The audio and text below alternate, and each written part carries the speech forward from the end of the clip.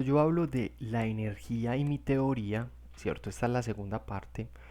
Yo no estoy hablando de una situación hippie, ni conspiranoica, ni falsa, sino es una situación real. ¿En qué sentido es real?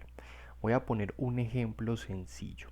Supongamos que uno va caminando y que sin querer, al estar caminando, uno choca con una anciana o un anciano, ¿cierto? Lo estruja sin querer. Y veamos que entonces el anciano, al estrujarlo nosotros sin querer, el anciano se va a caer. Entonces, ¿qué pasa? Que nosotros podemos cogerlo o no, ¿cierto? Pero resulta que nosotros vamos a cogerlo y no nos da para cogerlo. El señor o la señora se está cayendo y no nos da para cogerlo. La persona se cae al suelo. Pero nosotros habríamos querido coger a la persona y no alcanzamos, ¿cierto? No era nuestra intención, no queríamos tumbar a la persona, sino que la queríamos coger. Entonces, ¿qué pasa? Que, ¿por qué yo digo que este vínculo, al analizar mi teoría, permite una mayor paz? Porque en la medida en que nosotros entendemos que se trata de analizar cómo nosotros estamos disponiendo nuestra energía, nos vamos a dar cuenta de que podemos mejorar nuestra percepción con respecto al tiempo y el espacio si atendemos factores sociales, si atendemos a nuestra situación real de cómo está nuestra energía dispuesta en el mundo. Es decir, al mirar cómo está nuestra energía, lo que vamos a aprender es qué nos va a ayudar a, por ejemplo, evitar estos choques con la persona, ¿cierto? A estar más en el momento presente. Eso tiene mucho sentido con mi teoría. Estar más en el momento presente quiere decir que yo percibo el tiempo más ligado a esa situación objetiva, a esa situación real del tiempo. Pero ¿en qué sentido?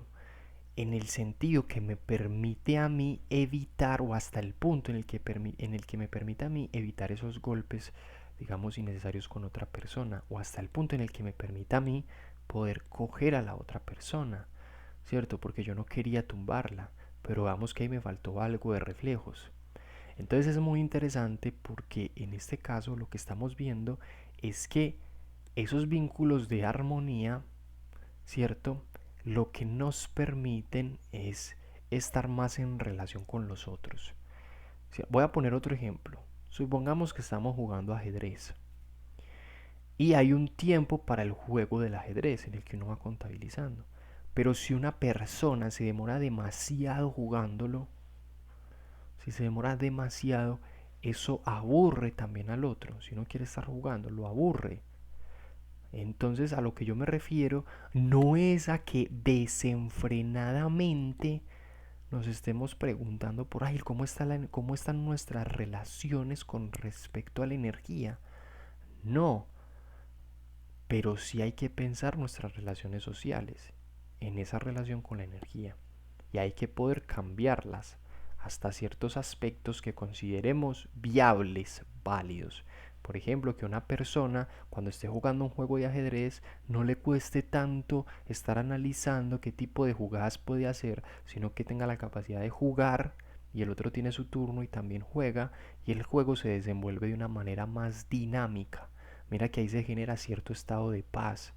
¿Por qué? Porque si yo quiero jugar con el otro, perdón, si yo quiero jugar con el otro y tengo que esperar mucho para que el otro juegue, ahí se va a terminar anulando el juego porque es como si quedara una persona jugando y otra no, ¿cierto? Porque es como que se pierde el juego porque simplemente el otro no está reaccionando al juego. Es como que el otro no hace algo para jugar. Entonces miremos que este tipo de teorías ofrece esa situación de paz en la medida en que si nosotros entendemos qué es lo que le está pasando a esa persona, cómo es que la energía de esa persona se está perdiendo, que no le está permitiendo reaccionar, o qué está haciendo el sistema que no le permite reaccionar mejor a esa persona, pues vamos a articular mejor nuestra relación con el tiempo y el espacio. Y aquí hay algo muy interesante en el sentido en que esto no es un asunto de conspiración, es que realmente podemos analizar eso, ¿cierto? Realmente podemos investigarlo. Esto es lo interesante. O sea, la manera en cómo yo reacciono cuando estoy en un juego de ajedrez, yo puedo estudiar eso. ¿A qué se debe? Por ejemplo, es que he podido estudiar más movimientos, he podido tener más tiempo libre, no tengo tantos problemas en mi casa, ¿cierto? Veamos cómo ese tipo de elementos, ¿cierto? O me motiva también el juego, ¿por qué me motiva? Todos esos elementos van potenciando nuestra relación, nuestra percepción con el tiempo y el espacio. Entonces, si nosotros potenciamos también eso en los otros, pues el ambiente va a ser más dinámico, mejor, más de paz. ¿Por qué? Porque yo voy a poder disfrutar más con el otro. O sea, no hay nada mejor que si uno va a jugar algo con un otro, pues uno también tener un otro que le pueda hacer a uno competitivo, que pues, pero en competitivo en un sentido bueno, que pueda estar presente en el juego, ¿cierto? Presente en unos buenos términos, en esa buena condición, en esa buena situación.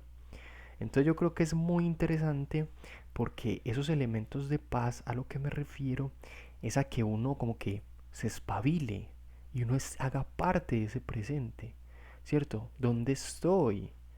¿Cierto? Ese tipo de cuestiones parecen perderse cuando simplemente le ponemos que a la otra persona que tiene una personalidad y no vemos que la personalidad de esa otra persona tiene una relación con el tiempo y el espacio. Es decir, esa persona se vincula de cierta manera al tiempo y el espacio. Entonces hay que analizar cómo esa persona está en ese tiempo y espacio, ¿cierto? Y para qué, y ver hasta qué punto, digamos, ese vínculo que está sosteniendo vemos que su energía, digamos que ya consideramos que está en una situación razonable para poder disfrutar mejor de las cosas. ¿Y cuál sería esa situación razonable? Por ejemplo, cuando nosotros vemos reaccionando a gente que es así súper lenta, es como, miremos, como gente que va a coger algo y es así, y nosotros creemos que es algo muy normal, ¿cierto?